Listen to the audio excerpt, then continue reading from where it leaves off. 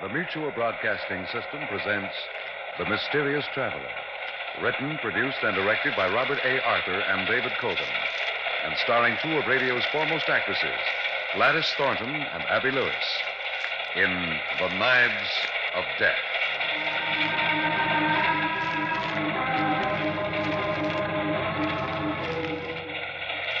This is the Mysterious Traveler, inviting you to join me on another journey into the realm of the strange and the terrifying. I hope you will enjoy the trip, that it will thrill you a little and chill you a little.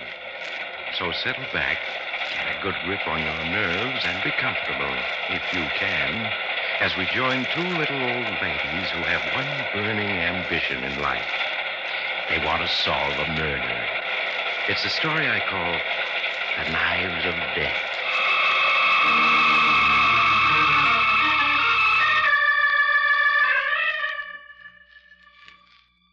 Perhaps you remember two sweet old ladies named Grace and Florence Murdoch.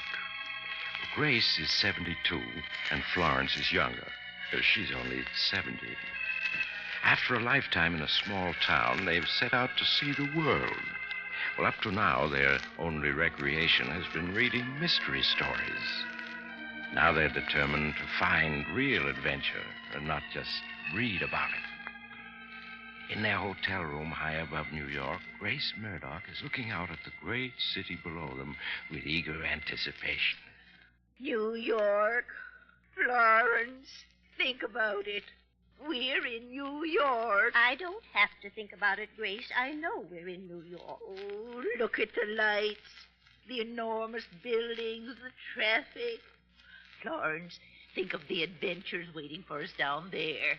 The people we'll meet. The mysteries we may encounter. I don't want to encounter any mysteries. At my age, I'm perfectly content to have a nice, quiet time sightseeing. Oh, sightseeing. Really, Florence, you sound just like a retired school teacher. Well, I am a retired school teacher, and so are you. That doesn't mean I have to act like one. Oh. As soon as we've changed our clothes, we're going down to Chinatown to have dinner. Grace, you're forgetting.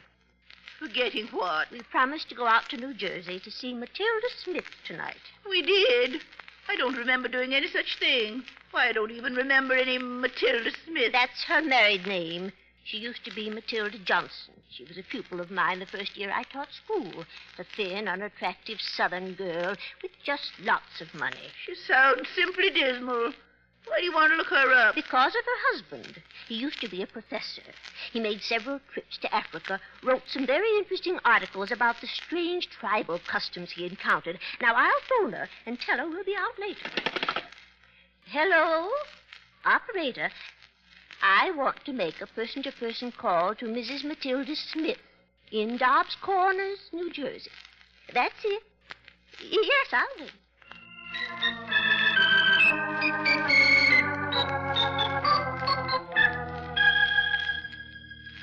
There, that's it. The chairs are all in place. Now the table to hold my notes. Will you help me move it, Matilda, my dear? But be careful of the African knife. It might... Oh, Maximilian. It almost hit my foot. I told you to be careful, my dear. There, I have it. Oh, what a beauty it is. Sharp as a razor.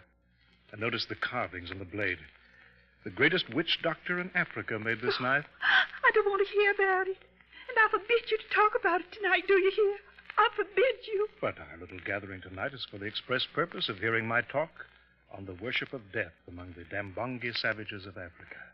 And a very select group it is. The leading grocer and his wife, the owner of the local garage and his wife, Chief of Police Hoffman, all our very best neighbors. You can talk about something else.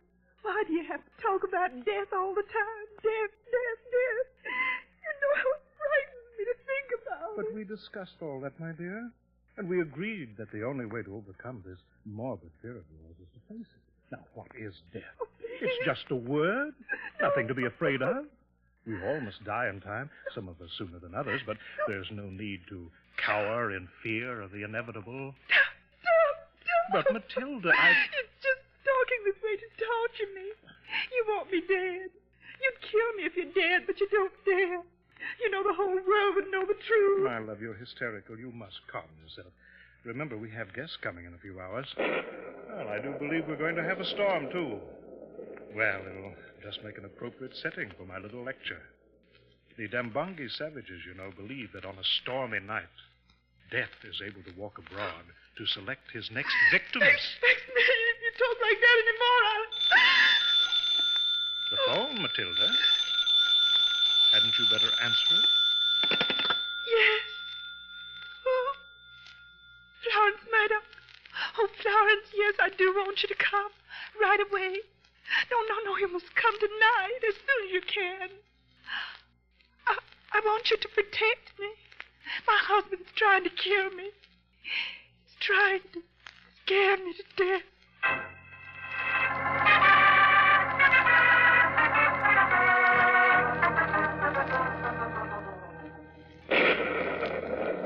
Oh, goodness, what a night.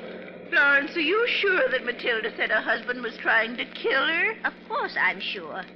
She said he was trying to scare her to death. Oh, do you realize that we've read over 1,000 mystery novels, and in none of them has a victim ever been scared to death? What of it? Don't you see? It's a brand new murder method. Why, Florence, this may be an adventure. It's much more exciting than a trip to Chinatown. That's a very callous attitude. I only hope we're in time to help Matilda. Over the telephone, she sounded positively terrified. Tell me again all you know about her, just in case. Well, she has lots of money, and she's very stingy with it. A few years ago, she married this professor, a man much younger than herself. Apparently, he married her for her money. He's been furious at her ever since because he can't get his hands on any of it. Go on. Oh. Well, anyway, he's very brilliant. He studied witchcraft in Africa, and Matilda is sure he'd kill her if he knew how to get away with it. Oh, taxi seems to be slowing down. Do you suppose we're actually there at last? Yes, there's one of those little glass signs on the lawn. Oh, Smith, it says. Oh. But the house is awfully dark. Goodness, I do hope we're in time.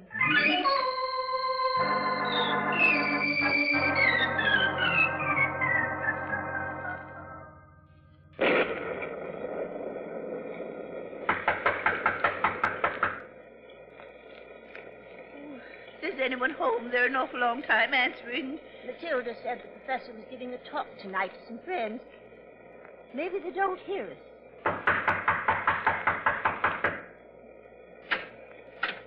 Yes? Who is it? Grace and Florence Murdoch. Matilda invited us. Oh, of course. Come in, come in. We were afraid you weren't coming. We took the wrong train. We'd have been here hours ago. Oh, what a pity. Let me take your things. I'll hang them here to dry. Where is Maximilian? Your friends, my dear. They finally located our humble abode. Florence, it's you. Oh, I was so afraid you weren't coming. We got lost, Matilda. But how are you? Are you all right? No, I'm not all right. I'm frightened. Oh, I'm so... My dear, you must control yourself.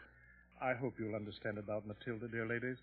She hasn't been herself of recent months. She's obsessed with the notion she's going to die. Don't say it. I forbid you to speak that word. You see, she has a death phobia. The very word upsets her. And most unfortunately, this evening I was asked to lecture on the worship of death among the Dambongi savages. A fascinating topic. Death to the Dambongis is a living creature. The thunder is the echo of his footsteps. No, Ted. Make him stop, Florence. Make him stop. He's trying to kill me. He's trying to frighten me into dying. Matilda. There, now, it's all right. Really it is. Professor Smith. Matilda should be in bed. She needs a sedative. Just what I told her. Oh. But she insisted on staying up to greet you. Her room is right here. If you could persuade her... I will. Matilda, come with me. I'm going to put you to bed, do you hear? Then you'll be all right. Oh, such a pity, my wife's affliction. But I'm sure her old friend will be good for her, Miss Grace. Now, we were in the midst of my little talk. If you care to come into the living room and join us, I'll continue.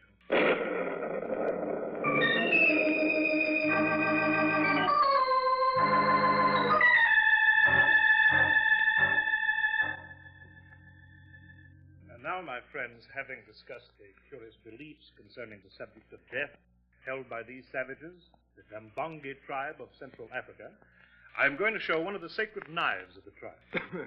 I'll hold it up here. Notice the tremendous blade, razor sharp, and the curious carving. The Dambongi believe that a knife like this is the house in which death lives, and that such a knife possesses a life of its own and can seek out and kill a victim with no human hand touching it. That's superstition, of course. But still, strange things do happen in Africa. I'll pass the knife among you for closer inspection. Chief Hoffman, would you care to look at it? Yeah, I guess so. Handle it carefully. It could give you a nasty cut. Oh, look out. Dear me, you dropped it. Well, I have it. I have it. No harm done. Seemed to twist right out of my hand, like it was alive. The unexpected weight, of course.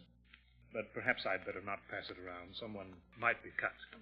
Instead, I'll start the projector and show you the exotic tribal dance in which this knife was dedicated to death.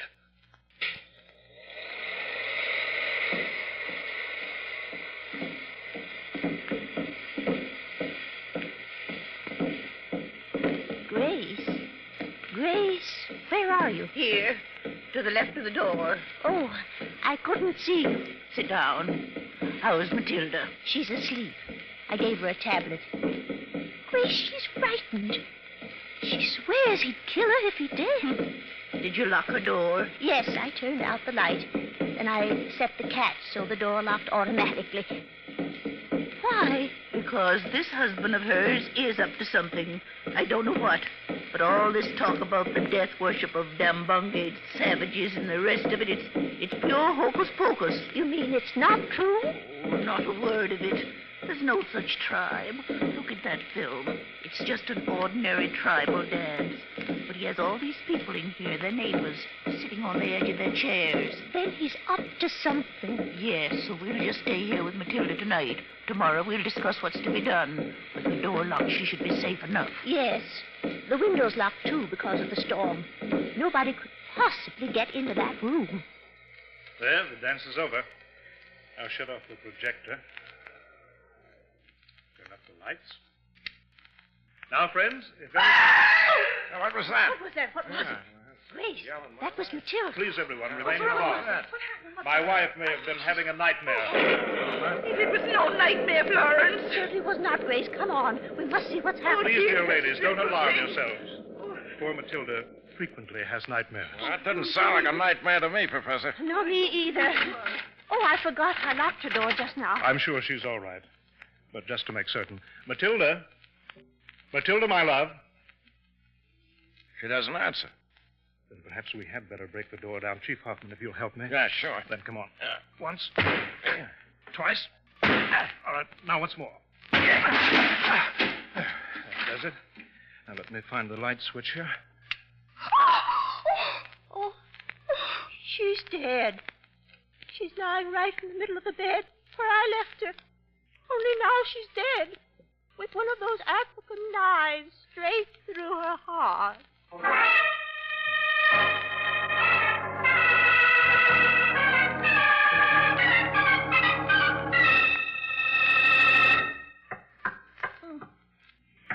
This wall's perfectly solid. Yeah, this one is, too. Well, it beats me. The walls are solid, the windows are locked, and we know the door was locked because we had to break it down. And still somebody got in and killed poor Matilda. But how? It's extremely puzzling. More than puzzling, my dear Miss Murdoch. Impossible.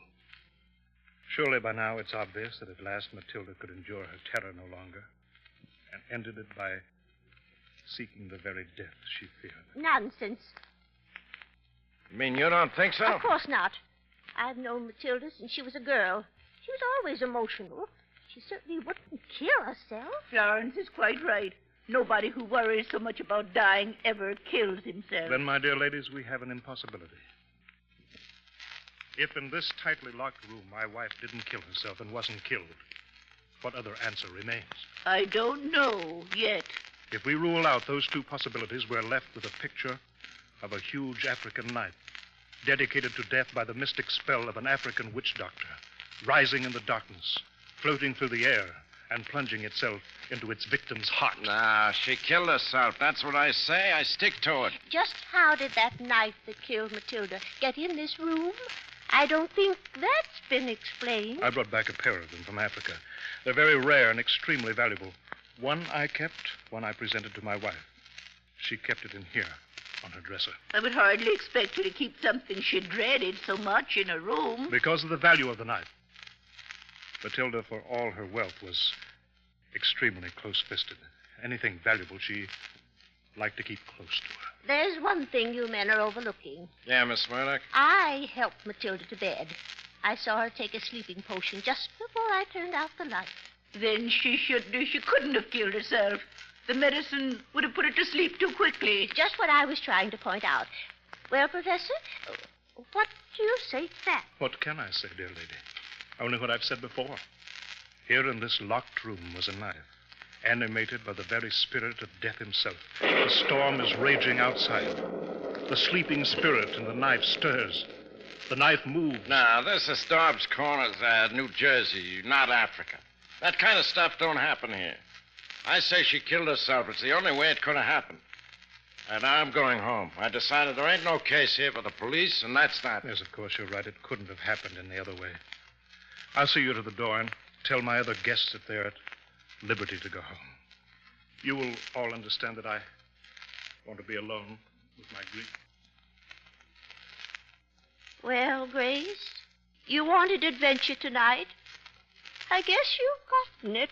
Poor Matilda. That monster murdered her. The least we can do is avenge her by proving it. If he murdered her, I'm sure I don't know how. He was out in the other room talking to us when she died. Yes, he was just turning up the lights when she screamed. Oh, but we must try. There's the knife he was showing us there on the table in the hall. Get it for me, will you? All right, though I can't imagine why you want it. Here it is. Now, bring it over here to the bed. There now. Hold the knife close to the one that killed Matilda. I want to make sure they're identical. Very well, Grace. Grace! What, Florence? This knife in my hand. It moved all by itself. Look, I'll show you. I'll hold it close to the first knife like this and... See? It practically jumped to touch the other knife. That's very strange. Let me try it. You're right.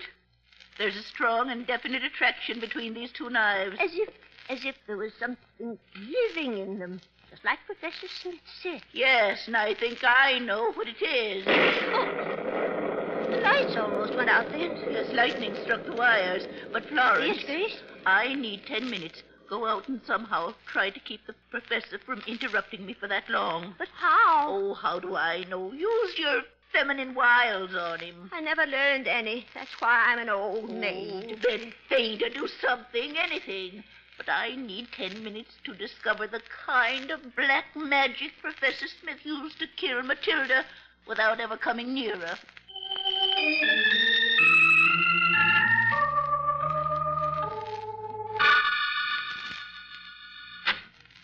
Grace? Yes? Chief Hoffman is just driving away. The others have already left. Professor Smith will be coming back any minute. Let him come. I'm all ready for him. Help me put this stepladder in the closet. All right.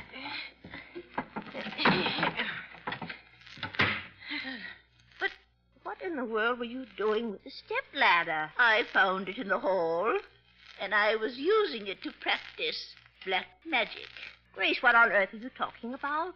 Look around and you'll see what I mean. I don't see a thing different. There's poor Matilda's body, just as we discovered her. And everything else is the same, too. Not quite. Florence, look at the knife that killed Matilda. Notice how straight it went into her heart. Why, yes, perfectly straight. And from reading more than 1,000 mystery novels, we know that when anyone strikes a fatal blow, it usually enters at an angle. Of course it does. And this knife went in as straight as if it had fallen point foremost, and... That's it, Florence. Now you're looking in the right place. The ceiling! Directly over Matilda's bed. There's a huge knife lying right against the ceiling. I just finished putting it there. But what makes it stay there? Black magic, Florence. Black magic, Professor Smith. Magic? Oh, My dear Miss Murdoch? oh, What were you saying about me and black magic? Professor Smith. I was asking what were you saying about me and black magic? Have you two been disturbing poor Matilda's body? Grace, I think it's time we were going. yes, Florence. It's very late and we must be getting back. Stand still, you two. Gracie, he's pointing a gun at us. And it's loaded. Furthermore, I'm an excellent shot. You'd never shoot two defenseless women. Since he's just murdered one defenseless woman, Florence, I wouldn't be too sure of that. I'm tired of this little comedy, and of you two busybodies. You stand there until I can see what you've done to Matilda's body. Why are you rolling Matilda's bed out from the wall? So that I can stand between it and the wall and keep an eye on you two while I examine Matilda, my late but unlamented wife. Now we'll see. Good. Grace, what are we going to do? He may kill us, too. I know. You got us into this. Now get us out. Oh, I wish we'd just gone to Chinatown like I wanted. Never mind wishing. Think of something. Can't. My mind's frozen. That gun looks so big. Florence, I'm scared. Maybe we can distract him by talking. Professor? Yes? You're not looking in the right place. I suggest you look up at the ceiling. I don't need to. I'm prepared to admit that you probably guessed my little scheme to rid myself of Matilda. Oh, it was a clever scheme, but not clever enough. I think it was. My little talk about witchcraft and black magic and knives that move by themselves confused everyone else so thoroughly none of them will ever seek for a more rational explanation. But we know. At least, I think we do. And you, my dear ladies, are going to be silent as the grave. Oh. A nice turn of phrase, isn't it? Silent as the grave? You're going to kill us? As soon as the next clap of thunder comes to drown out the noise of the shots. Oh, no. Why, we have tickets for a round-the-world voyage, and we haven't even started. You'll not need them, I assure you. You'll be caught. I never read a mystery yet where the killer wasn't caught. How different life is from books. You see, there's a pool of quicksand a mile from here in the swamps. Your bodies will go into that pool, and you'll never be found again. Particularly as no one is likely to come looking for you. Oh, dear. We won't even have a headstone. And I always hated swamps so. Florence, stop. The lights have gone out.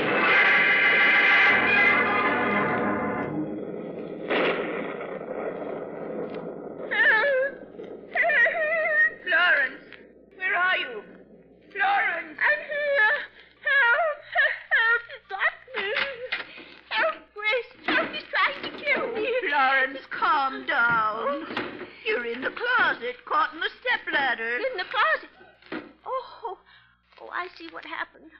When the lights went out, because the lightning hit the wires, I ran for the door.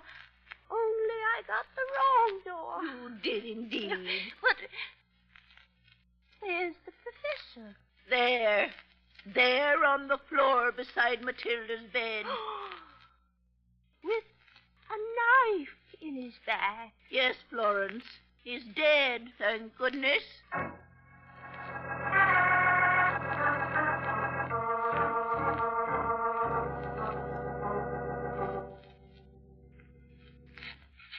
Dear diary, tonight we actually solved a murder, and in a locked room, too. The manner in which we solved this dastardly crime. Grace? Yes, Florence? I'm writing up our diary. Yes? And I want to put down how we solved Matilda's murder. How did we solve it? I'm still a little confused. Oh, well, in the end, it was quite simple. You see, Florence, for 50 years you taught history, but I taught physics. What has that to do with it? When we were examining those two knives and some strange force drew the two blades together, Yes, I remember. I recognized it at once that one of the blades must be magnetized. Magnetized, of course. Now, hard steel becomes magnetized when in the field of an electromagnet. So I reasoned there was a magnet somewhere in the ceiling. And when we got Chief Huffman to come back, he found it under the floor of the room above, directly over Matilda's bed. So all Professor Smith had to do was to switch on the electromagnet, then place the knife against the ceiling, and it stuck there? Exactly. You helped Matilda to bed. Neither of you noticed the knife because the room was lighted only by a small bedside lamp. Then 10 minutes later, in the living room, the professor pretended to switch on the lights. At the same time, he pressed the switch that controlled the electromagnet. And the knife fell and plunged straight into Matilda's heart. Poor thing. But how did the professor get killed? You kind of slurred over that in telling Chief Hoffman what happened. Why, in testing the apparatus, I put the second knife against the ceiling, and the electromagnet held it there. Yes? Then the professor came in and stood under it while he pointed his gun at us and waited for a flash of lightning. That was like a bad dream. But when the lightning came, the flash blinded him. We ducked. The lightning itself struck the wires, cutting off the current and causing the electromagnet to cease working. So that the knife fell and killed the professor. He was destroyed by his own evil scheme. Exactly. By his own black magic, it killed him. You might even say he was executed by heaven itself.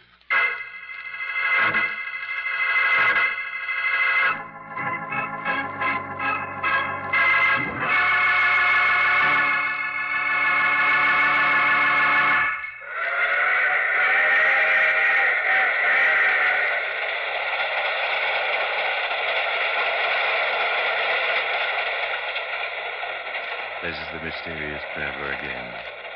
Well, that was hard luck for the professor, wasn't it? It's really too bad when a murderer has a perfect scheme and kills him, too. And just because the lights went out. So Grace and Florence Murdoch are going to London soon. If you happen to be traveling to Europe in the near future and you encounter two elderly maiden ladies with an odd gleam in their eyes, duck. Because you may be involved in a murder before you know it. You may even become the victim. Oh, that reminds me of my story for next week. A Coffin for Charlie. It's about an Englishman who inherits a coffin, $1 million coffin, which he... Oh, you have to get off here. I'm sorry. But I'm sure we'll meet again. I take this same train every week at this same time.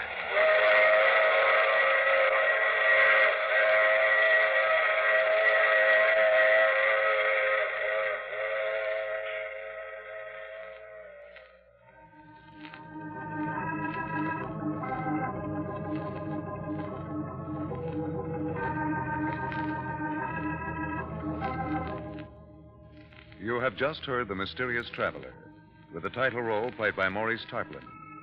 Others in our cast were Gladys Thornton, Abby Lewis, and Wendell Holmes. Original music composed and played by Al Finelli. All characters in our story were fictitious. Any resemblance to actual persons was purely coincidental. Phil Tompkins speaking. This program came to you from New York.